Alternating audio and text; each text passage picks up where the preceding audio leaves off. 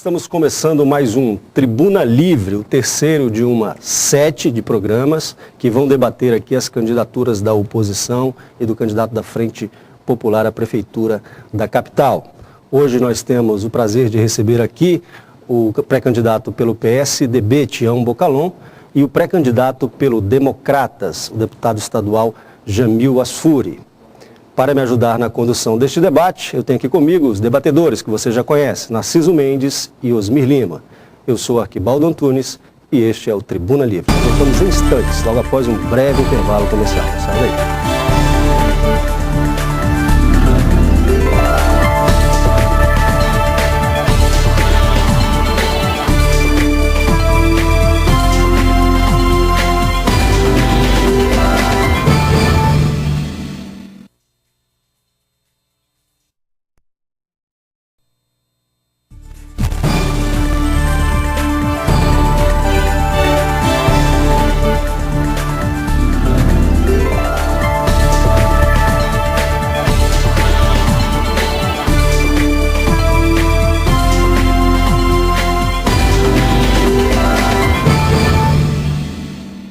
Estamos de volta para o primeiro bloco do programa Tribuna Livre, que recebe hoje aqui Tião Bocalon, pré-candidato à Prefeitura da capital pelo PSDB, e o deputado estadual Jamil Asfuri, que também concorre ao mesmo cargo pelo Democratas. Nós lembramos que todas as regras destes 7 debates que nós teremos com todos os pré-candidatos à Prefeitura da capital foram consensuadas com suas assessorias. Nós tivemos o cuidado também de informar ao TRE sobre as reuniões que nós fizemos e todas as regras que foram consensuadas nas reuniões com os candidatos ou suas assessorias. Neste primeiro bloco, eu dou o meu boa noite para o Tião Bocalon, do PSDB. Muito prazer em recebê-lo aqui, candidato. Boa noite, Arquibaldo. Boa noite a todos que aqui estão, ao nosso deputado Jamil Asfuri. Um prazer muito grande e quero dizer que isso é fundamental para a democracia. E aqui no Acre a gente está precisando tanto de ter espaços democráticos. E isso daqui é realmente um bom espaço democrático para que nós, pré-candidatos, possamos falar com a população e dizer o que realmente a gente pretende fazer com a nossa querida Rio Branco. Então, muito obrigado pelo espaço e obrigado pela oportunidade. Boa noite, candidato Jamil Asfuri. Boa noite. Da mesma forma também eu agradeço primeiro a Deus pela oportunidade de estar aqui com vocês. Já viemos outras vezes. E espero também aqui poder esclarecer um pouco mais aquilo que nós esperamos fazer, caso nós tenhamos a oportunidade de ser prefeito de Rio Branco, porque nós percebemos que à medida que nós estamos no diálogo, inclusive nas discussões, é na mesma proporção que a gente acaba crescendo e evoluindo também as propostas. Ok, a minha primeira pergunta é ao candidato Tião Bocalon, do PSDB. No programa da semana passada, no Tribuna Livre, o professor Ayrton Rocha, do PPS, fez uma declaração segundo a qual o pré-candidato do PT, Marcos Alexandre, não poderia vencer uma eleição, sendo que ele não é acreano. O que o senhor, Tião Bocalon, acha de uma declaração como essa, sendo que o senhor também não é do Acre? Veja só, eu acho que não está em jogo a questão de nascer ou não nascer no Acre. Acreano é aquele que trabalha no Acre, aquele que gera emprego, é aquele que ama o Acre, é aquele que quer fazer alguma coisa pelo Acre. Então, não tem nada a ver uma coisa com outra.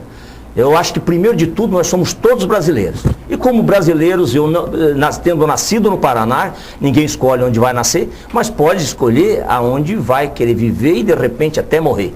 E é essa a opção que eu fiz de estar aqui no Acre e já tive oportunidades de mostrar parte do meu trabalho com a comunidade de Acrelândia e também com a comunidade do estado do Acre. Então eu tenho certeza absoluta que essa questão está fora do debate. A população acreana é uma população inteligente e sabe muito bem que o que interessa são os projetos que venham realmente beneficiar cada um dos nossos acreanos. Tião Bocalon, você considera que o Ayrton Rocha foi infeliz? Eu acredito que ele tenha sido um tanto infeliz nessa declaração, porque eu acho que esse não é mais o debate. Já aconteceu isso em épocas passadas. O Binho Marques, por exemplo, foi governador do estado e todo mundo sabe que ele nasceu em São Paulo. Então eu acho que não tem nada a ver uma coisa com outra. E eu estou associado a você nessa luta, né? Que eu também não sou do Acre. Você veio de fora, com certeza. Pergunta ao pré-candidato Jamil Asfuri, do Democratas. Logo após o rompimento, esse afastamento do Democratas dos tucanos, o senhor me confidenciou na frente de 2 colegas jornalistas que os tucanos haviam, em detrimento de um relacionamento antigo com o Democratas, optado pela relação pela aliança com o PP, pelos milhões da família Cameli. O senhor sustenta essa afirmação? E até que ponto esse tipo de ressentimento vai prejudicar uma aliança no segundo turno? Na verdade, você toca num assunto que, para mim, é surpresa. Eu não lembro nem de ter falado em milhões, né? O que aconteceu foi que nós, do Democratas, construímos já há um bom tempo essa relação, inclusive desde o começo do projeto, e à medida que nós fomos percebendo que nós não seríamos mais protagonistas nessa história, nós fomos, então, tentando achar algum outro caminho, alguma outra alternativa. Tentamos conversar, aplicar aquilo que nós podemos fazer juntos, dentro do debate, falando sempre que é muito importante, ou seria muito importante a permanência do PP, mas desde que viesse participar da discussão junto conosco.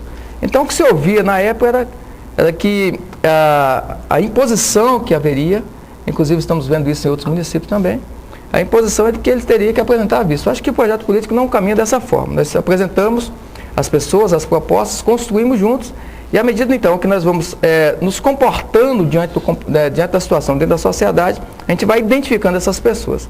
Essa relação Democratas e PSDB é uma relação nacional. Mas quando nós então entendemos que o Democratas poderia então apresentar uma proposta alternativa dentro do contexto daquilo que foi acertado dentro das oposições... Mas você me permite um girapato? Não, só terminando o raciocínio. Dentro do acordo que foi firmado em que se um partido se viabilizasse na candidatura dentro da capital, então que ele poderia lançar a candidatura, porque nós estamos aqui com a candidatura de 2 turnos. Então foi isso. Eu acredito que não tem nenhum problema diretamente relacionado. Nós podemos muito bem estarmos juntos novamente no segundo turno, mas o Democratas tem uma proposta política e nós gostaríamos de apresentar então já no primeiro turno. No dia 27 de dezembro, eu tenho aqui uma entrevista dada pelo Bocalhon ao jornal A Tribuna. Ele diz o seguinte: dias atrás, ele, Bocalhon, dizendo, o DEM, o PSDB, o PP e o PPS publicaram nota. Houve uma nota conjunta desses 4 partidos dizendo que estariam juntos no primeiro turno.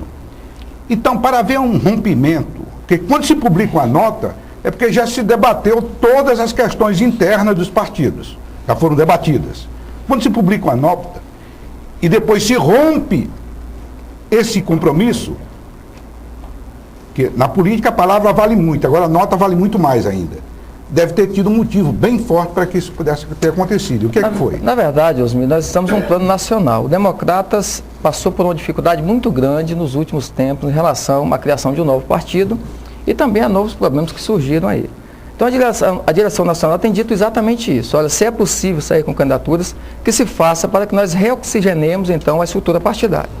Tínhamos aí essa composição, é verdade, mas fatos novos aconteceram não só em plano estadual, mas também em plano nacional. Então, se nós temos condições, temos uma plataforma política para apresentar as propostas democráticas aqui, então nós vamos fazer isso. À medida que nós não consolidemos a ida ao segundo turno, aí nós podemos, então, fazer uma composição do segundo turno, que da mesma sorte, acredito que o PSDB vai fazer a mesma coisa. Mas, nesse momento, é importante para o partido, tanto em nível nacional quanto em nível estadual, que nós possamos apresentar essa candidatura. Me permita aqui interferir o seguinte. Essa ideia de aliança nacional, muitas vezes só serve para tirar fotografia, certo, Osmir? Na campanha passada, o prefeito do Rio de Janeiro, César Maia, rompendo essas possíveis alianças nacionais entre PSDB e PMDB, saiu em apoio a vários candidatos do PT nos municípios do Rio de Janeiro, inclusive apoiando o prefeito de Nova Iguaçu, Lindenberg Farias. E 2 anos depois, Lindenberg Faria é candidato ao Senado, César Maia é candidato ao Senado e Lindenberg Faria o derrota. Eu acho que nós devemos primeiro compreender que neste país não existe estrutura partidária respeitável, todos são anárquicos. A estrutura brasileira partidária é completamente anárquica. E aqui nós não isentamos nenhum deles. Essa defesa de segundo turno em eleições, ela vem para corrigir um erro histórico dessa estrutura partidária. Se prova disso, ninguém vai falar em eleição de segundo turno nos Estados Unidos. Por quê? Lá existem partidos historicamente consolidados. A minha pergunta agora se reporta a isto. Por que as oposições, para assim ser tratadas, não conseguiram construir uma candidatura única, que essa é uma crítica que recorrentemente eu venho fazendo, para enfrentar o governo? Isso é uma estratégia que você acha correta ou equivocada? Olha, quando eu olho para a sua pergunta, eu acredito que ela só vai ter verdadeiro efeito a partir das convenções. Nós estamos aqui com pré-candidaturas. Pode ser que dessas candidaturas que estão postas, algumas delas não cheguem até o final. Não estou dizendo no meu caso e nem quero fazer juízo de valores, porque nós estamos com pré-candidatura. Inclusive, a lei eleitoral, ela proíbe que eu fale de candidatura agora. Inclusive, também, pode ser que a própria candidatura do lado de lá também se esvazie pelos números que não estão sendo apresentados, e a gente vê ainda muita colisão ou colisão dentro daquele processo do PCdoB e tal. Então, quando nós falamos do segundo turno, porque é um processo democrático, mas eu estou aqui agora representando democratas que têm uma proposta política, tem algo para oferecer para a sociedade, nós queremos apresentar isso. Então, é nesse contexto que nós estamos trabalhando. Segundo turno é a possibilidade da unidade ou da união, o que não acontece também nos municípios. Se acontece aqui, então nós temos essa oportunidade para mostrar que nós aqui temos muito mais chances de coadunar com ideias do que com o lado de lá. Isso não quer dizer que nós não tenhamos também algumas divergências. O fato é que, como nós temos segundo turno, nós temos a oportunidade de falar para a sociedade o que é que nós pensamos e o que é que nós podemos propor para a cidade de Rio Branco como democratas. O PSDB vai fazer a mesma coisa, os outros partidos também. Então, à medida que nós somos aceitos pela sociedade dentro dessa proposta, então na mesma proporção que as oposições vão se unir. Porque o que não teria cabimento é um de nós apoiar o lado de lá.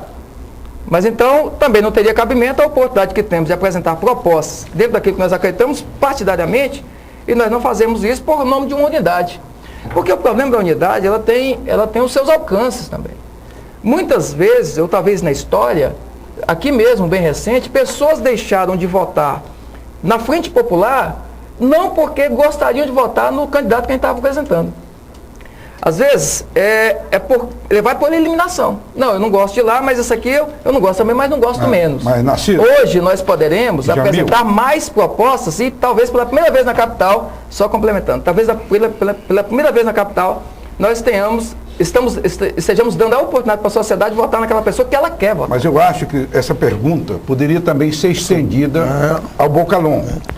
Como é que o Bocalhon está vendo essa questão da divisão das oposições? Olha, eu sempre disse que nas oposições não tem divisão. Nas oposições existe democracia. O que eu tenho dito constantemente, desde o primeiro dia, quando a gente começou a montar esse grupo de oposição, foi o seguinte: não usem a capital como moeda de troca para o interior. Porque no interior não tem 2 turnos. No interior só tem um turno.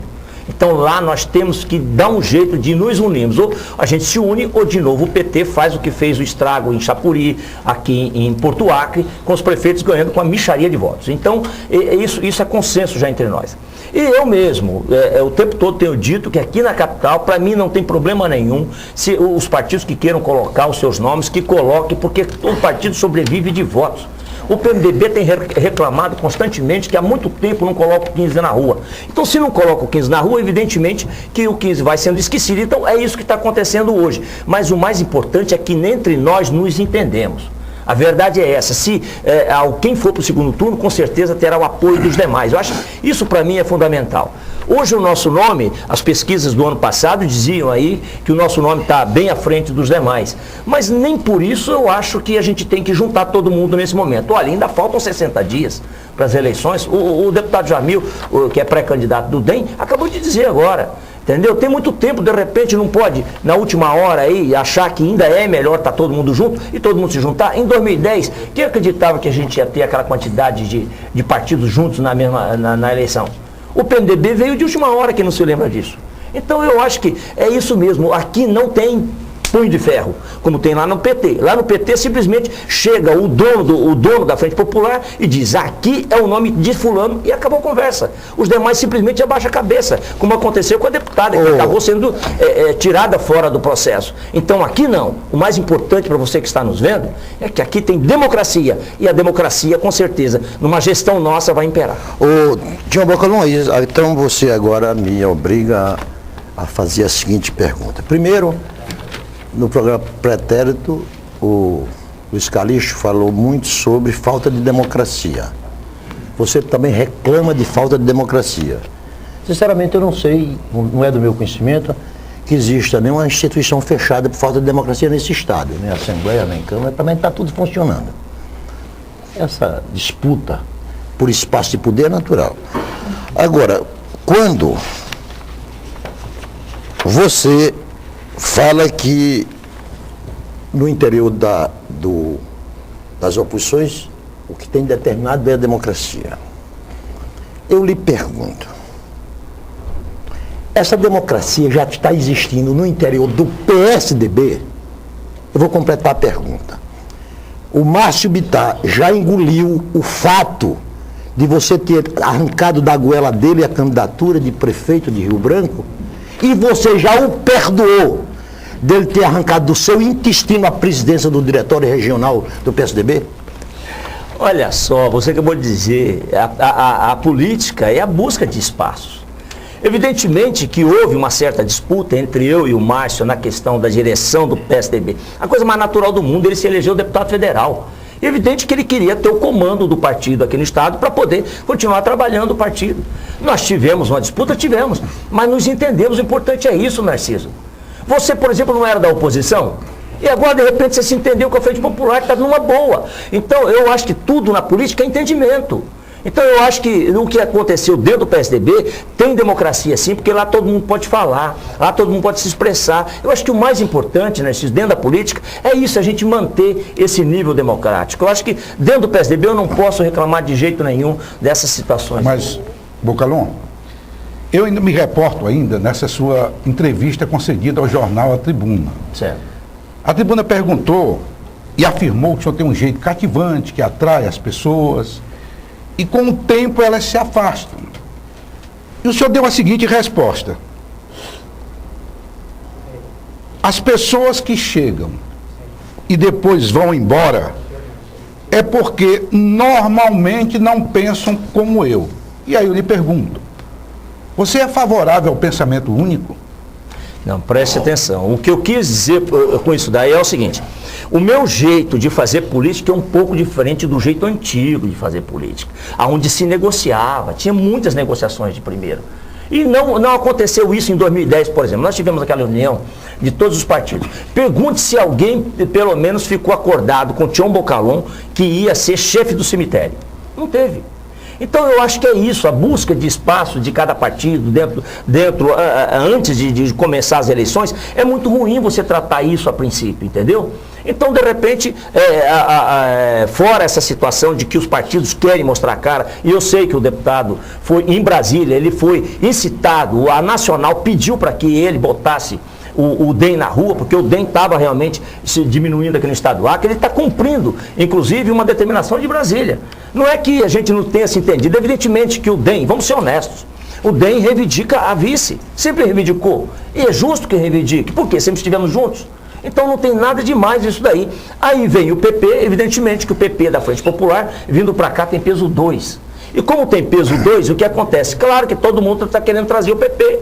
O PMDB tentou trazer, nós falamos com o PP para que viesse. Enfim, o PP veio. E evidentemente que o PP veio. A vice é do PP. Não disse em vice do PP. Eu disse que o PP veio e também coloca nome de vice, como Antônia Lúcia, com os 3 partidos dela também, veio e disse na mesma reunião lá comigo, o deputado Major Rocha, o Normando e outros amigos, ela disse, não, olha, nós também queremos discutir a questão da vice. Tanto é que não tem vice fechado. Todo mundo, a mesa está pronta para receber todos os nomes, e aí sim, quando a gente definir o grupo de partidos, aí é que a gente vai definir o vice. Nessa linha de raciocínio, Tião Bocalon, e aí eu faço a pergunta aqui para o Jamil Asfuri. É verdade que você tomou conhecimento que o candidato a vice do Bocalon seria do PP, você tomou conhecimento por terceiros? É verdade? Na verdade, houve uma crítica entre nós mesmo, dentro da estrutura partidária. Inclusive, eu estava... a gente já havia conversado várias vezes quanto a essa questão de trazer o PP para cá. Nós tínhamos uma discussão em lançar uma candidatura de vice evangélica, que nós entendemos que nós deveríamos manter a mesma composição do passado. E dentro desse contexto, o Democratas tinha alguns nomes para apresentar. Inclusive, um nome que era evangélico, que acabou indo para o PP, ele estava disposto a vir para o Democratas, acabou não vindo. Então a discussão começou aí. A partir do momento que nós percebemos que essa candidatura, ela não seria de uma candidatura vice-evangélica, eu não estou falando só do contexto religioso, estou falando do contexto de representatividade.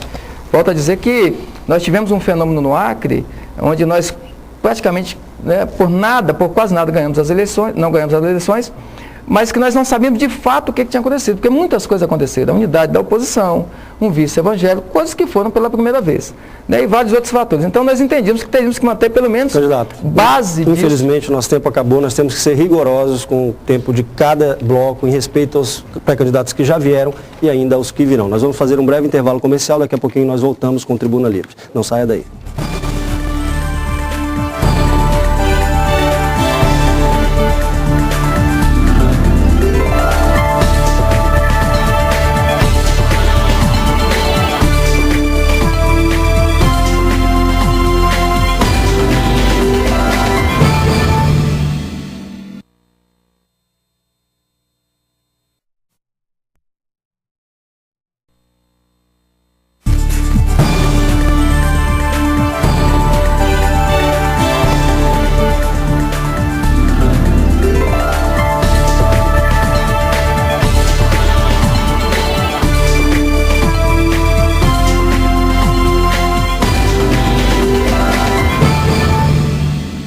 Estamos de volta para o segundo bloco do programa Tribuna Livre, que debate hoje aqui as pré-candidaturas de Jamil Asfuri, do Democratas, e Tião Bocalon, do PSDB, à Prefeitura da capital.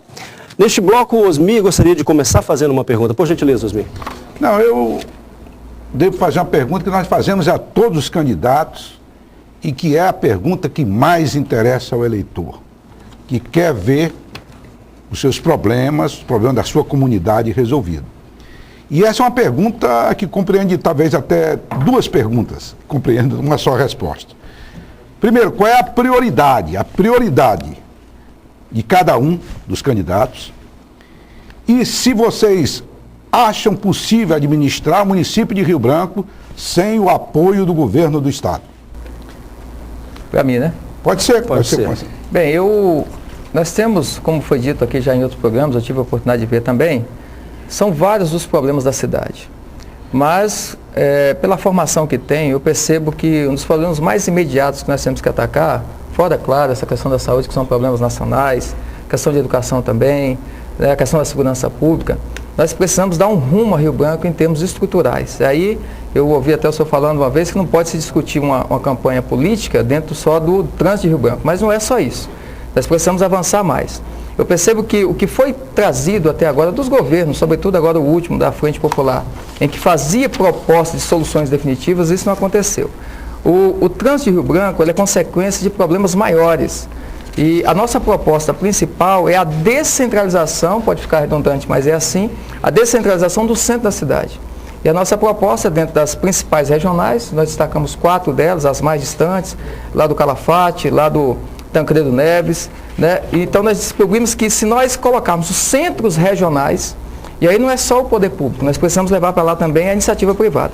A gente cria o centro regional, levamos o desenvolvimento para aqueles bairros, aí nós desafogamos a questão do transporte público aqui, que a maioria das pessoas vem para dentro do centro de Rio Branco, porque todos os atendimentos públicos estão dentro do centro, e aí nós levaríamos para lá o atendimento básico, colocaríamos dentro dessa estrutura também uma parte, né, do complexo de saúde, de educação, segurança naturalmente, porque se tornaria algo de alguma forma planejada, e também da iniciativa privada, colocando alguns comércios lá, que para a pessoa comprar um sapato lá no Calafate, ele tem que vir para você acharia possível fazer todo esse projeto sem o apoio do governo do estado? Não, eu acredito que não. Um município como Rio Branco, a exemplo de outros municípios, sobretudo da região amazônica, que não tem riquezas naturais exploráveis, né, porque no passado até tínhamos, agora não temos mais, eu vejo como inviável uma postura dentro do gestor público municipal sem o apoio do governo do estado do Acre. Né, aqui no nosso caso, e também do governo federal. Aqui nós temos um caso atípico. Né, qualquer um de nós que ganharmos, nós vamos ter como adversário não só o governo do estado, mas também o governo federal. Mas dentro desse conjunto, né, de propostas, nós teremos como se fosse forçada a participação do governo e nós não podemos abrir mão disso. Candidato Tião Bocalhon, por gentileza. Bom, Osmir, eu quero dizer para você o seguinte, prioridades realmente são muitas. Rio Branco começa pela saúde, por exemplo. Quando a gente faz uma pesquisa, um ponto mais forte da pesquisa é a respeito da saúde. E quero dizer que a saúde de Rio Branco está cada dia mais doente. Por quê? Porque a preventiva não funciona. Nós temos hoje 54 unidades de saúde da família que não estão funcionando. Deveria ter em cada unidade de família dessa aí, deveria ter o médico, o enfermeiro e os agentes comunitários de saúde. O que acontece? Hoje não tem 20 médicos que atendem nessas unidades de saúde. O que acontece? Sobrecarrega o pronto-socorro, sobrecarrega os hospitais e a desordem acaba se implantando com a questão da saúde de Rio Branco. Eu quero dar um exemplo aqui, muita gente, Bocalhon, você fala muito de Acrelândia? Claro que eu tenho que falar de Acrelândia, foi onde eu fui gestor, onde fui prefeito. Em 2006, segundo a Fijan, Acrelândia foi a melhor saúde do estado do Acre. Mas não foi feito muita coisa não. Sabe o que foi feito? Foi implantado o programa de saúde da família. Em 100% dos municípios, médicos, os enfermeiros, os agentes comunitários de saúde, tudo isso realmente fez com que a Acrelândia fosse considerada a melhor saúde do Acre. Não foi, não quer dizer que a melhor do Brasil, a melhor do Acre naquele momento. Foi em função desse trabalho. Agora, outra coisa que a gente precisa pensar muito bem é na questão do setor produtivo. Eu tenho dito sempre uma coisa, olha, o cidadão não vive sem dinheiro. Dinheiro não cai do céu, dinheiro só vem de um jeito. Trabalho, e é muito trabalho. E aí, meu amigo velho, é onde você precisa fazer com que o setor produtivo realmente possa produzir, possa gerar o trabalho, e aí gera renda e gera o emprego. Aí sim, o cidadão que tem dinheiro, quando fica doente, não depende do serviço público. Ele pega o avião, vai embora, paga bem o médico, interna no hospital particular. Então, esse seu projeto, você contaria ou não com o apoio do governo? Acha que é importante contar com o apoio do governo do Estado? Eu só quero acabar de complementar aqui o seguinte, volto a insistir, dinheiro não cai do céu, então nós temos que incentivar o povo a ganhar dinheiro, criar as condições para que o povo possa ganhar dinheiro. E lá na Acrelândia eu fiz isso. Quem for lá, acompanhou o nosso trabalho, sabe que nós fizemos isso daí. Agora, com relação se é possível ou não trabalhar sem o governo, eu quero dizer aqui uma coisa para você, Osmir e Narciso, e ao meu predileto amigo, o deputado, que se for necessário, a gente trabalha. E vou dizer como. Em Acrelândia, quando eu fui eleito prefeito a primeira vez, que foi o Romildo Magalhães, era governador, tive uma ajudazinha, por incrível que pareça, muito boa dele. Depois não tive praticamente ajuda nenhuma. E o nosso trabalho fluiu. Veio o segundo mandato, eu ajudei a eleger o Olei Cameli, e o Narciso se lembra muito bem disso. Elegemos o Olei Cameli e não tive um centavo de ajuda do governo do Estado para fazer a Acrelândia continuar crescendo, desenvolvendo. E o que aconteceu? A Acrelândia continuou crescendo, continuou desenvolvendo, continuou sendo uma cidade organizada, limpa, onde nós nos preocupamos sempre com a geração do emprego e renda. Então, dá para trabalhar? Dá. Agora, eu quero dizer uma coisa. Se o governador do PT pensa que vai perseguir o prefeito, não, ele persegue ao povo. Então eu duvido que o governo consiga, que o governo fique sem ajudar quem quer que seja o candidato, viu, deputado, de oposição. E vou dizer mais um exemplo ainda. Quando eu estava já no final do meu mandato, saindo já da prefeitura, em 2005 para 2006, o Narciso lembra disso, eu lancei dois projetos muito fortes em Acrelândia. Um era a construção do nosso distrito industrial de Acrelândia, que era o primeiro do interior do Acre, e o outro era a construção da rodoviária. E o que aconteceu? Imediatamente o governador Jorge Viana mandou me chamar, e olha que a gente não se entendia. Mandou me chamar. Bocalhon, o que é isso, rapaz? Eu quero te ajudar na construção do distrito industrial e tal. Tanto é que ele firmou um convênio. Não foi muita coisa, mas deu um recurso no valor de 50 mil. Né? A questão do distrito industrial foi assim, e a rodoviária disse, mas Bocalhon, a rodoviária eu quero construir, porque eu tenho um projeto para construir, então pega o dinheiro, faça outra coisa. Combinei com ele e fizemos. Então, eu acho o seguinte, quando você tem boas intenções, o governante, o governador ou a presidência da República vê que o prefeito está trabalhando de forma honesta, séria, transparente, não tem jeito por que não aprovar. Então eu acho que o que a gente precisa deixar bastante claro, e aí muitas vezes o pessoal daí do governo começa a criar isso, meter isso na cabeça do povo. Gente, olha, se a oposição ganhar, vai se acabar tudo, porque o governo vai ajudar. Eu quero dizer que não vai acabar não.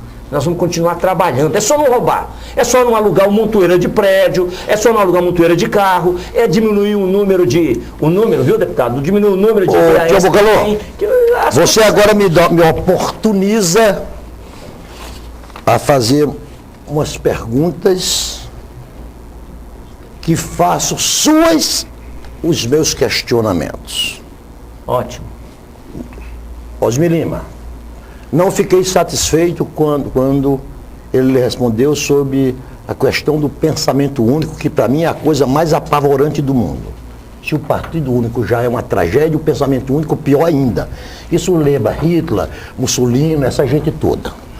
Em duas oportunidades aqui na sua entrevista, primeiro quando falou do seu caráter desagregador, você disse, não é verdade, as pessoas que chegam e depois vão embora é porque não pensam como eu.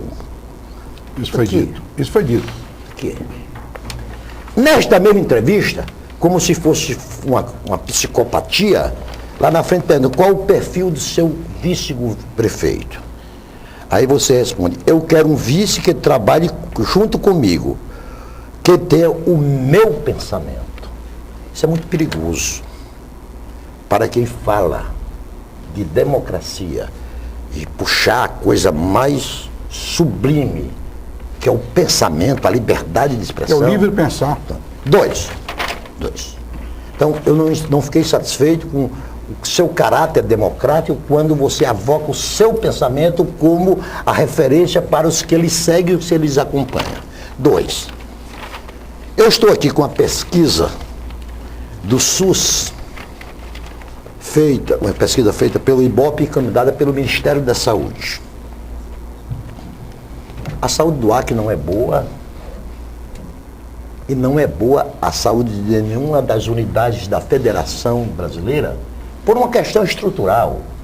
A saúde brasileira era subfinanciada, então, se não tem dinheiro, ela vai ser ruim. Agora, tem umas mais ruins e outras menos ruins. Eu estou aqui com um mapa de todas as 27 unidades da Federação, e eu posso emprestar para a sua assessoria política, tua cópia dela, onde tem a avaliação da saúde pública no Brasil, nas 27 unidades da Federação. Pelo sistema SUS? Pelo sistema SUS, que é o sistema, Sim. Que é o sistema que atende o povão. O Acre, por incrível que pareça, se lhes é inconveniente eu dizer que é a melhor, eu vou dizer que é a menos ruim. O estado de Minas Gerais, governado pelo Tucano, o segundo mais importante estado do Brasil, está em 8º lugar. São Paulo está em 13º lugar. Goiás está em 14º lugar e o Pará em 15º lugar. Então, eu acho que quando a gente fala da saúde pública no Brasil, nós temos que respeitar uma condição. E se você assiste o noticiário das televisões, das redes nacionais, você verifica que as tragédias da saúde pública no Brasil acontecem no Rio de Janeiro, acontecem em Brasília, acontecem em São Paulo e assim sucessivamente. Narciso, a pergunta, por favor, nós estamos aí, por fim, outra coisa que me preocupa, os municípios brasileiros estão falidos, não é nem por causa dos prefeitos, a maioria ladrões, a grande maioria ladrões, vamos logo ser claro, mas por trás disto, os municípios brasileiros estão falidos pelo pacto federativo. Do bolo da Receita Nacional, apenas 10% fica com os municípios, 70% com a União e 20% com os estados. A falência está aí. E me apavora muito você dizer que, em última instância, porque nem em última instância você poderia afirmar isso, que pode administrar Rio Branco sem a ajuda do governo do estado do Acre. Você não administra, nem ninguém administra Rio Branco sem a ajuda do governo do Acre e subsidiariamente do governo federal. Eu acho que você deve ser mais modesto um pouco, até porque você sabe, Tião Bocalhon, não me leve a mal, você sabe que você carrega, você transporta para até os seus aliados a imagem de um sujeito arrogante. E isso não fica bem para quem pretende ser candidato. A modéstia é a melhor conselheira de um candidato. Eu lhe pergunto, você administra Rio Branco sem ajuda do governo estadual? Essa é a pergunta que eu lhe faço. Olha, mas primeiro de tudo eu devo dizer a você que se eu fosse arrogante como você está colocando, a população acreana que me deu o prazer de em 2006, eu nunca tive dinheiro para tocar uma campanha de governador, me deu 12% dos votos. Em 2008 eu dobrei, isso foi para 24% dos votos. Em 2010 me deu 49,2% dos votos, sem ter, como diz nosso querido acreano, um pau para dar num gato. Então, quem me conhece de verdade, não fala o que você fala, Narciso. Quem me conhece sabe que eu sou uma pessoa que gosto, primeiro de tudo, da coisa correta, transparente, e não gosto de sacanagem, Narciso. Não aceito, por exemplo, usar o dinheiro público para benefícios próprios, igual muitos gostam de ter. Então, comigo, realmente, muitas pessoas até nem gostam muito da minha postura, porque eu digo isso. Agora, eu quero dizer para você o seguinte, tem exemplos em Acrelândia para mostrar. Por exemplo, um dia numa greve de professores lá em Acreândia, eu enfrentei apenas uma greve de professores. E sabe quem estava esticando a faixa? Prefeito, queremos melhores salários? O chefe da merenda escolar, que era cargo comissionado. Quando todo mundo viu aquilo, todo mundo achava que o Bocalhão ia mandar o cabra embora. O que é que aconteceu? No outro dia, ele continuou, daí a turma veio perguntar, mas Bocalhão, o que aconteceu? Qual o problema? O direito dele? Então, Narciso, a minha diferença com esses outros, com outros que você de repente quer me comparar, é essa. Eu fui prefeito 3 mandatos, e pergunte se tem alguma denúncia do Ministério Público em relação à administração do Bocalhão. Não tem, Narciso. Porque eu fiz trabalho, inclusive, de parceria com o Tribunal de Justiça. E no Tribunal de Justiça nós construímos aquele fórum que está lá. O dinheiro que era para fazer de madeira, eu fiz de alvenaria. Então não tem porquê. Agora, realmente, comigo não se dá bem quem quer fazer maracutá. Eu estou para servir o povo e não para ser servido. Então eu acho que o caminho é por aí. Bocalhão, nós precisamos equilibrar o debate, porque senão apenas o Bocalhão vai falar. Eu queria fazer uma pergunta ao candidato Jamil, pré-candidato Jamil Asfuri, dizendo o seguinte, já que estamos falando de experiência como gestor, o senhor não tem nenhuma, o senhor entrou a primeira sua eleição para o Legislativo Estadual agora. O senhor acha isso uma desvantagem? Acha que essa falta de experiência no Executivo pode lhe custar uma eleição? Eu não vejo isso um problema, até porque existem as academias também que nos preparam para a vida. Eu não sei se você sabe, mas como policial federal também fiz gestão lá dentro, trabalhando com construções de delegacias, de reformas. Eu também tenho especialização em administração pública e dentro já agora, como deputado estadual, a gente acaba fazendo algum tipo de gestão. Mas é lógico que nós precisamos nos assessorar, né, cada dia melhor, inclusive pegando as experiências. A exemplo disso, você percebeu, o próprio governo que se estabeleceu através da Frente Popular, quando entrou para ser prefeito de Rio Branco, também não tinha essa experiência de gestão. O que nós precisamos é de pessoas que tenham condições, como foi dito pelo próprio Bocalhão, condições morais para colocar à frente uma gestão pública dentro de qualquer município do estado. E isso eu acredito que nós temos. Eu, como policial federal, não só dentro da estrutura de segurança pública, mas também dentro da estrutura sindical, lutei para melhorar as condições de trabalho, as condições, inclusive, salariais do policial federal, que hoje é um exemplo para o Brasil, trabalhando, inclusive, o seu upgrade para a questão da escolaridade de nível superior. Eu também, dentro da própria igreja, como gestor de pessoas, cuidando de pessoas, eu acredito que isso é o maior apelo da sociedade, querer ser cuidada. E aí eu quero fazer a ênfase, algumas colocações que foram feitas em outros programas, que as pessoas de Rio Branco parece que elas estão meio que órfãs da gestão municipal, porque há uma imposição estadual dentro da questão municipal, e nós não temos como negar. Existe um gerenciamento do Estado dentro da Prefeitura de Rio Branco, ainda que eu respeite, né, a pessoa do prefeito de Rio Branco. Acho que ele é uma pessoa que nós precisamos respeitar, mas nós não temos uma prefeitura no sentido da gestão ou da apresentação para a sociedade uma prefeitura atuante. Então, eu acho que o fato de eu não ter sido ainda um gestor, isso não me deixa em menor condições do que os outros candidatos. Okay. Eu perguntaria aqui agora ao Bocalhão, você sabe qual é o orçamento da prefeitura para 2012, o montante? Para 2012 hoje é 473 milhões, mais ou menos. Pois é. Você foi contra, e não sei se o seu partido, você pessoalmente se declarou contra a estadualização do SAERB. E mais do que isso, disse que eleito resolveria o problema de água de Rio Branco, que é um problema aí que demanda inúmeras administrações que vêm ao longo do tempo corrigindo essa deficiência. Você disse que resolveria esse problema em 4 anos, e mais do que isso. colocou que seria possível, em virtude do governo do Estado ter dito que existia um aquífero aí para ser debatido, queria aproveitar para jogar água mineral em todas as residências do município de Rio Branco. E você tomando conhecimento do nosso orçamento, como é que é possível isso? Candidato Tião Bocalhon, a resposta infelizmente vai ficar para o próximo bloco. No bloco nós vamos fazer um breve intervalo comercial, daqui a pouquinho a gente volta. Continue conosco.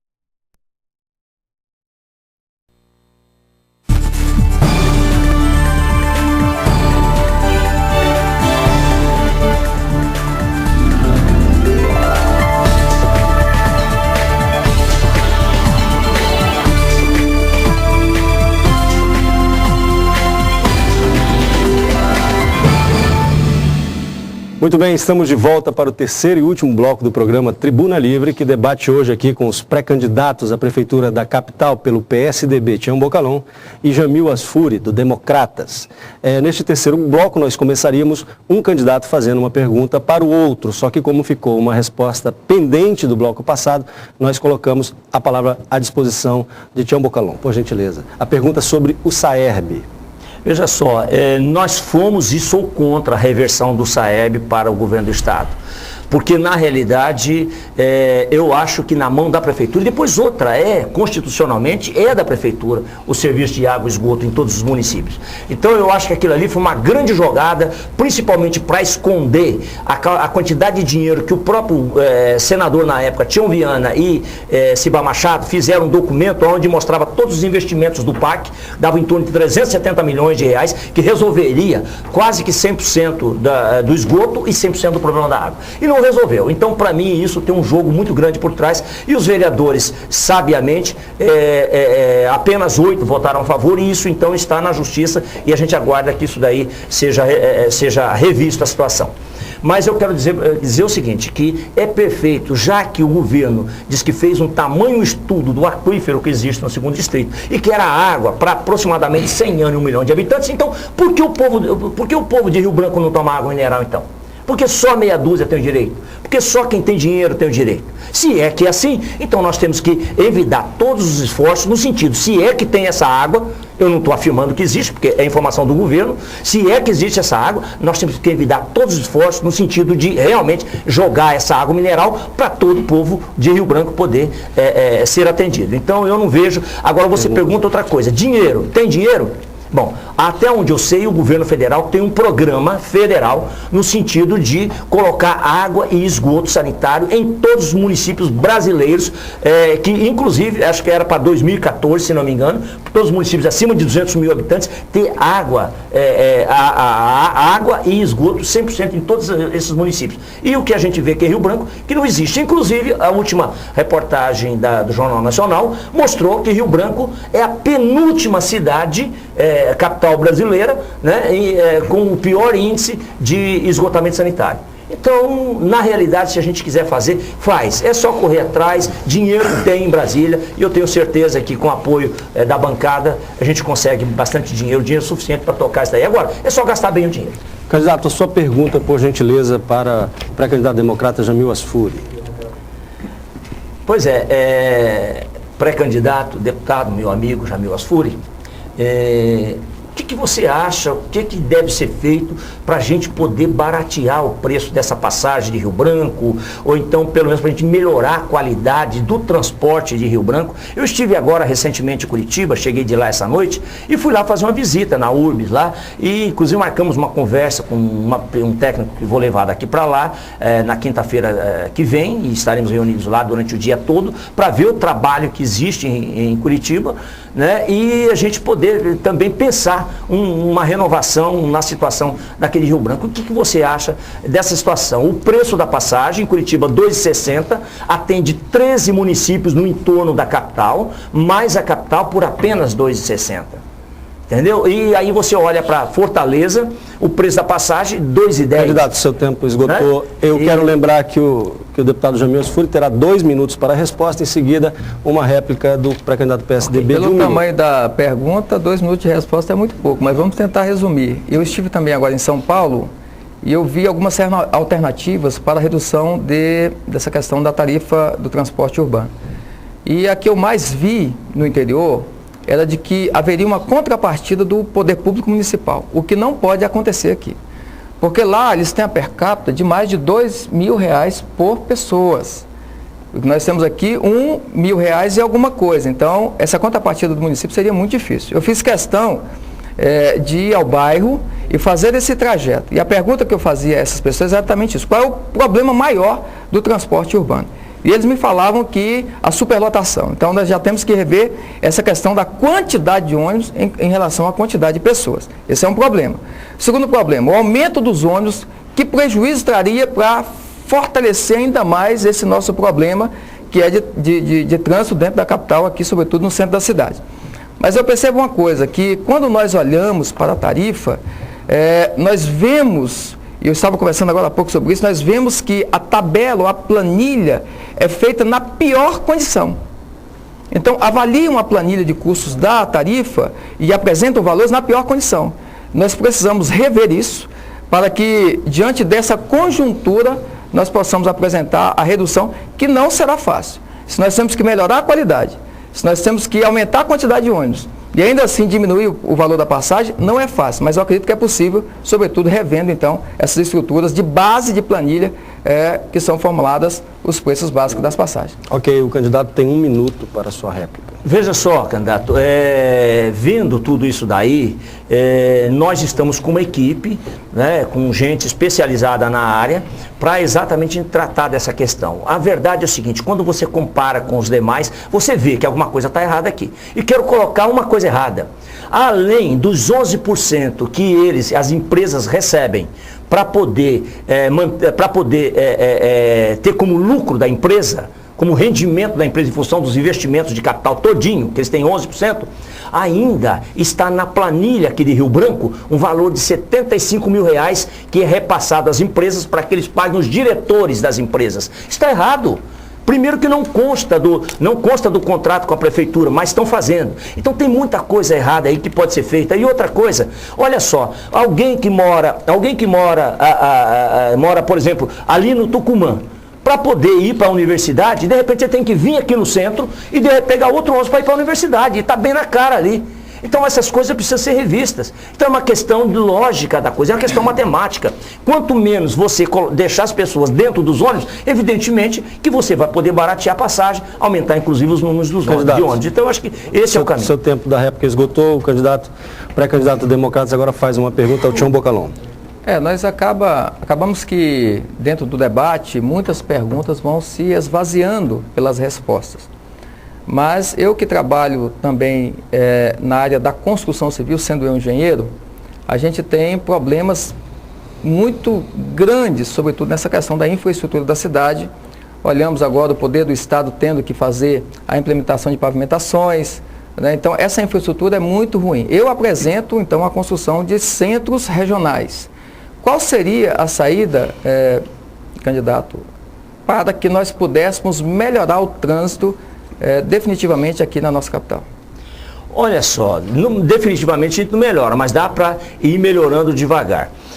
Por exemplo, essa questão dos semáforos, por exemplo, aqui, você entra num semáforo, de repente, você já pega um vermelho, aí dá outro verde, Então, o que a gente precisa? Sincronizar. Isso daí é uma parte, já tentaram fazer, mas em função da energia elétrica nossa, que é uma das piores do Brasil, evidentemente que desregula todos esses semáforos. Outra coisa, tem excesso de semáforo dentro de Rio Branco. Nós temos que definir algumas vias que serão vias rápidas, como eu tenho dito, desde 2008 já venho dizendo isso. A Ceará e a Getúlio vagas, ou seja, leste-oeste e norte-sul, nós precisaríamos priorizar essas duas avenidas aí, né, fazendo as passagens ou com viaduto ou então na base da trincheira, para que a gente possa fazer com que o trânsito flua melhor. E dá para fazer isso, entendeu? Não vem com essa história que não dá para fazer sim. Eu acho que tem muita coisa boa que dá para ser feita. No momento que o transporte coletivo começar a pegar alguém de um bairro e levar para o outro bairro, sem ter que vir aqui para o centro, evidentemente que vai desafogar também os ônibus, vai diminuir os ônibus até. Então eu acho que tem uma série de ações que dá para ouvindo a população, porque quem é o dono de tudo isso é a população. Não dá para a gente achar que a gente tem aqui uma bola de cristal, resolve tudo, mas que dá tranquilamente, ouvindo a população, quais são os anseios, como é que dá para ser feito. A população inteligente pode ajudar muito nisso daí. Eu acho que não é tão difícil assim. Agora, tem que ser bem intencionado e gastar bem o dinheiro. Um minuto para a sua réplica. Nós precisamos fazer políticas definitivas em Rio Branco. E ainda não conseguimos fazer isso até agora. Por exemplo, nós não temos alternativas viárias da interligação dos principais bairros ou das principais regionais. Se nós não tivermos essas medidas agora, acontece que, à medida que o desenvolvimento vai chegando, vai supervalorizando as áreas. Então, a minha proposta é exatamente essa. Na criação dos centros regionais, quando nós temos essa iniciativa agora, os valores são muito menores e aí podemos fazer o que nós chamamos de anel viário urbano, para que uma pessoa que saia de uma extrema região e vá para outra não tenha que necessariamente passar pelo centro. Então, a nossa proposta é essa, que nós desafoguemos, criando então a estrutura dos centros regionais para que nós possamos levar o desenvolvimento, acabando com isso que está aí, inclusive, na criação de um grande novo bairro, chamando de Nova Cidade. Quando se faz isso, quando se faz isso, é uma crítica que faço como engenheiro. Quando se faz isso, você pode resolver o problema daquelas pessoas que estão lá, mas não resolve o problema das pessoas que já estão passando pela dificuldade dos outros bairros. Candidato. O problema do trânsito de Rio Branco é um problema que não tem solução de curto prazo. O problema do trânsito, Tião Bocalon, ele é resultado da melhoria de renda das pessoas. Ninguém vai impedir que a cada mês, cada ano, se emplaque a quantidade de carros que tem para obras viárias. Se resolver esse problema de trânsito, a cidade de São Paulo não era a cidade que tinha o maior congestionamento do Brasil, porque aqui tem o maior volume de passagens, de viadutos, metrôs e etc. A minha pergunta a você é o seguinte: agora, alguma coisa tem que ser feita. Aí concordo. Fala-se muito, e eu sempre que o prefeito Raimundo Angelim é acusado, e não é por causa de partido político, que eu não mudei de partido, não. Eu hoje não tenho partido. Eu não vou continuar sendo anti isto, sem ser a favor daquilo. Não vou continuar. Eu não mudei de partido para ser candidato a nada. Eu não sou mais candidato a nada e tampouco não sou interessado em nenhuma função pública. Aí o prefeito Raimundo Angelim, que eu espero que o futuro prefeito de Rio Branco tenha pelo menos a competência que ele tem tido, que eu já me daria por satisfeito. Mas ele é aqui recorrentemente atacado de ser um prefeito omisso, de ser um prefeito que tem permitido a interferência direta do governo do estado na administração municipal. Isso é correto. Eu lhe pergunto, como estaria hoje o município de Rio Branco se não fosse, na linguagem de vocês, por interferência, na minha, por cooperação, tivesse sido construído a duplicação da Avenida Ceará, a Avenida Amadeu Rodrigo Barbosa, a Via Verde, a Rua Pernambuco, a Estrada do Calafate, a Dias Martins, a Avenida Chico Mendes, a Antônio da Rocha Viana, o Parque da Maternidade e a terceira e quarta ponte. Como é que estaria a mobilidade de tráfego em Rio Branco se essas obras todas forem feitas pelo Estado do Acre?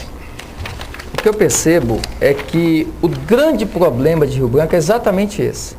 Nós temos a ingerência quase que total do Estado e acabou fazendo com que o município não tivesse a sua criatividade necessária para se desenvolver. Eu não acredito, Narciso, que o que foi feito para a prefeitura. Todas essas obras que você me fala, elas foram feitas para o povo do Acre aqui representado em Rio Branco. Porque ao passo que o governo faz para a prefeitura, é no mesmo passo em que nós estamos agora com a ditadura imposta.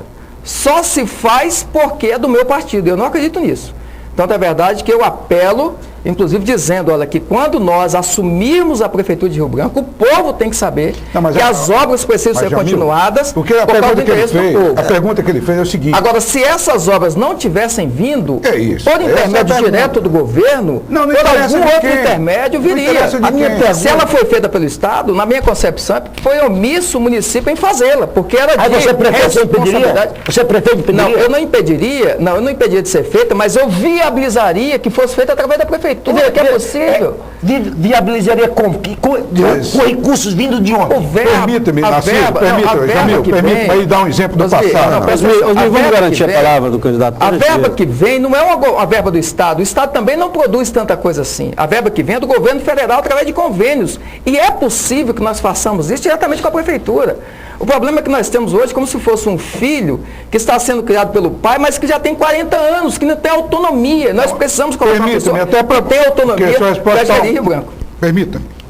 Vocês vêm insistindo numa tecla, para mim, absolutamente inconcebível, de que a questão de que a Prefeitura de Rio Branco há uma intervenção, o prefeito, quem faz é o governo do Estado, a Prefeitura está estadualizada, não é nada disso. As experiências de governo passado, Bocalão, que nós tivemos aqui em Rio Branco, quando, num bom entendimento entre prefeito, governo estadual e federal, o povo é quem sai ganhando. E eu vou citar um exemplo do passado. Nós tivemos um êxito na administração do Flaviano Melo, quando prefeito do PMDB, porque o governador Nabo Júnior lhe deu todo o apoio necessário para ele fazer uma boa administração. O governo, que também era do PMDB a nível federal, deu condições ao governo do Estado para, por sua vez, repassar a prefeitura. Isso é salutar. Eu não consigo entender porque essa preocupação que vocês têm de querer colocar permanentemente como se fosse um desprestígio enorme da prefeitura, uma falta de ação para a prefeitura. O Tião Bocalão precisa, mas já se esgotou, candidato. O Bocalão precisa responder a mesma pergunta, por gentileza, senão nós desequilibramos. Porque ele pegou a parte, por isso que eu acabei não respondendo completamente. Os nossos debatedores têm trânsito livre nos veja comentários. Só, o que eu vejo aí é obrigação do governo fazer e ajudar os municípios. Não tem que discutir. Eu quero dizer uma coisa, aquela C475, que é a ligação da BR-364 até a Acrelândia, quem foi que iniciou aquela construção? A Prefeitura de Acrelândia. Onde é que a Prefeitura tem que fazer estrada intermunicipal? Mas, no entanto, o recurso que existia na Suframa estava carimbado no valor de R$1.524.000. E aí o próprio Gilberto Siqueira chegou e falou, como é que a gente faz? Tem um dinheiro lá, como é que a gente faz o quê? Falei, vamos botar na estrada. Mas você gerencia? Gerencio. Gerenciamos o dinheiro, começamos aquele trabalho. Então, eu acho que isso daí dá para trabalhar de forma tranquila, desde que não haja, viu, deputado? Desde que não haja a perseguição em cima da gente. Mas eu vou dizer uma coisa para você. Diante da experiência que eu tenho como gestor, que já fui, os valores das obras que eu realizei no município de Acrelândia, valores de produtos que nós compramos na Secretaria de Agricultura, quando eu era secretário da Frente Popular aí, como secretário de Agricultura, meu amigo, me deixa tranquilo na questão de que nós vamos conseguir fazer. Aquilo que eu disse no começo, se a gente começar a mostrar bons projetos, se a gente começar a mostrar que nós gastamos bem o dinheiro público, esquenta a cabeça não, a população vai para cima do governo e faz com que o governo invista, faça parcerias com as prefeituras. Eu acho que o que falta não é dinheiro, o que falta é projeto. Dinheiro, aliás, teve demais, Tanto é verdade que os próprios partidos de base do governo federal, às vezes não tem como pegar o recurso porque não tem projeto. O exemplo nós temos aqui no Estado mesmo. O Jorge Viana foi prefeito de Rio Branco ao passo em que era da oposição ao governo federal e foi talvez o momento em que dentro desse processo de gestão ele teve o maior sucesso. Então não dá para admitir que se a oposição ganhar vai definhar, não vai. Porque essa responsabilidade primeiro é com o povo. Agora, na nossa condição, pelos projetos que temos, pela postura que temos, nós vamos exigir do governador que continue com seus convênios. Se não fizer isso, nós vamos fazer denúncias. Então, por causa disso, porque nós temos condições de fazer novos projetos, novas ideias, novas propostas, nós vamos somar com o que já existe e então nós vamos fazer com que candidato, nós estamos chegando ao final do programa. Só um minutinho aqui. Uma intervenção. A última intervenção, nós estamos 1 minuto. Jamil Asfuri, Deputado Jamil Asfuri, o senhor está imaginando que vive num país republicano até... Eu já fui deputado estadual e deputado federal. Quando Fernando Henrique Cardoso era presidente da República, os seus opositores sequer conseguiam liberar suas emendas parlamentares. Osmi sabe disso, né? Se nós vivêssemos num país republicano, o orçamento não era apenas autorizativo, era impositivo. Naquela época, os petistas reclamavam porque as emendas deles não eram liberadas. PT vai para o governo, Tucano para a oposição. Quais são as emendas que estão liberadas hoje? As do PT e as do Tucano vai para a fila. Infelizmente, este é o país que nós vivemos. Eu não defendo aqui que o Brasil reviva os momentos negros que viveu o México da democracia de um partido único. Não é isso que eu estou defendendo. Eu acho que a beleza da democracia é nós podermos ter o prefeito de um partido, o governador de outro e o presidente da República de outro, e ambos saberem conviver harmônica e democraticamente. Isso é que eu estou dizendo.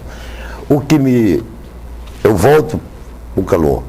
Quem sabe eu esteja até lhe ajudando na sua campanha, quando eu volto novamente, e quando eu lhe chamei de arrogante, não é porque isso não foi inventado por mim. Se você quiser, no particular, eu vou dizer o nome dos seus aliados que eles consideram de arrogante. Eu lhe direi. Não vou fazer aqui para não causar constrangimento. O que eu quero dizer é o seguinte, que causa muita preocupação quando, ao perguntar, você governaria Rio Branco com a ajuda do governador? Para mim, a resposta mais perto seria dizer: eu, prefeito de Rio Branco, a minha primeira providência era procurar uma parceria com o governo estadual aqui. E não dizer que Rio Branco é o município rico. Infelizmente, nós estamos não tem como. A direção do programa está me dizendo que não. Eu queria passar 1 minuto para o pré-candidato Jamil Asfuri, por gentileza, em seguida 1 minuto para o Bocalão. Infelizmente não dá. Eu quero agradecer ao povo de Rio Branco pela oportunidade de estar aqui mais uma vez, né, tendo a oportunidade desse debate, a todos vocês também que nos convidaram, dizendo que nós estamos num projeto de construção, querendo convidar todos vocês para nos ajudar a construir isso, até porque nós trabalhamos muito com sentimento, com o coração, queremos ir até o coração das pessoas, então eu preciso que você esteja participando desse projeto. Então eu quero agradecer a Deus mais uma vez pela oportunidade de estar aqui com vocês. Candidato Tião Bocalão, por gentileza. Olha, eu quero agradecer imensamente a você que está aí nos assistindo, né? E exatamente desse conflito de conversas, de ideias aqui, é que você vai tomar sua posição no dia 7 de outubro. Mas eu quero dizer, agradecer imensamente aqui ao SBT, agradecer a todos vocês por essa oportunidade, e quero dizer uma coisa: nós da oposição jamais estaremos lutando pelo pior, dizendo, não tem problema, se o governo não ajudar em nada, não tem problema. Tem sim, evidentemente. Agora, nós teremos bons projetos, nós vamos trabalhar, eu tenho certeza que a oposição vai trabalhar de uma forma diferenciada, acabar com essa história de panelinha, fazer com que o dinheiro seja distribuído para todos, e não apenas para uma meia dúzia, porque o estado que mais recebeu dinheiro nesses últimos 12 anos do Brasil, tanto de transferências constitucionais, transferências voluntárias e empréstimos. A tua vida está super endividada, a nossa vida está endividada, nós estamos endividados. Então, eu acho que é fazer a grande mudança, vai acontecer agora sim, não tenha medo não, a oposição está aí exatamente para fazer diferente. Muito obrigado, um abraço a todos, fiquem todos com Deus. Ok, em nome da produção do programa Tribuna Livre, eu agradeço ao Tião Bocalão, pré-candidato PSDB à Prefeitura da Capital, ao deputado Jamil Asfuri, por terem se disponibilizado a vir aqui e prestar suas informações, dar suas opiniões. Eu agradeço também aos nossos debatedores, Narciso Mendes e Osmir Lima, e peço desculpa ao Osmir, porque hoje não deu para ele fazer, estou endividado com o Osmir por hoje, mas no próximo programa a gente compensa isso, Osmir. Agradeço também a sua audiência, que faz desse programa um grande sucesso. Muito obrigado por você nos acompanhar todos os sábados ou nas segundas-feiras, depois do programa Boa Tarde Rio Branco. No próximo debate nós teremos aqui Luiz Calixto, do PSL, e Marcos Alexandre, do PT. Eu aguardo você, eu conto com a sua audiência.